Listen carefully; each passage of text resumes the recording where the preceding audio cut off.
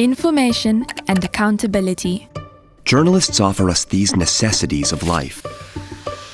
But the media houses that hire journalists are in deep financial trouble. Quality journalism costs money to produce. Most independent media used to depend on sales and advertising to pay their bills. But the rise of internet companies has upset this model. In 2020, more than half of global advertising was spent on the internet, with Google and Facebook reaping the lion's share. Only 6% went to newspapers, even though they are still the primary producers of public interest news in most countries. Also, the internet companies don't make the visibility of news easy.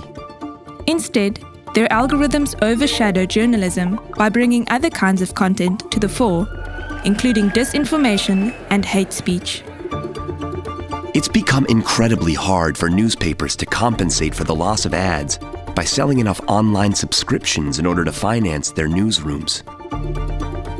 Among the challenges, app stores that demand a big cut of subscriber revenue. Without cash coming in, news outlets are closing and journalists are losing jobs. And we, the public, are the biggest losers as the supply of trusted and local news diminishes. User content on social media is valuable, but it's not an alternative to news. Much of the content isn't fact-checked, and there's more opinion than information. On top of all this, there has also been a marked increase in censorship and attacks on journalists. Economically wounded, newsrooms are hard-pressed to protect journalists and push back against curbs. COVID-19 has doubled the blow. This is why, on World Press Freedom Day in 2021, the Windhoek Plus 30 Declaration proclaimed information as a public good to which everyone is entitled. Endorsed by UNESCO member states, the declaration highlights the urgent need to address the economic viability of journalism. The challenges are monumental. UNESCO suggests that countries set up national task forces that bring together news outlets, policymakers, and advertisers to find national solutions. For example, a task team can assess regulation to compel revenue sharing by internet companies, as has occurred in Australia.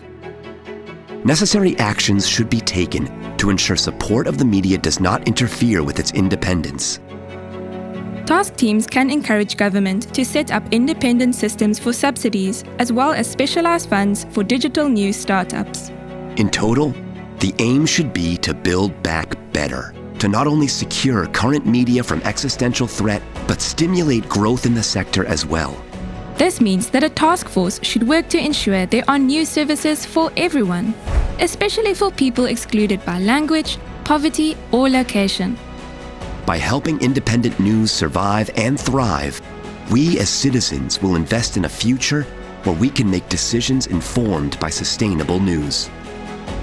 The time is now to set up national task forces on media viability, before it's too late.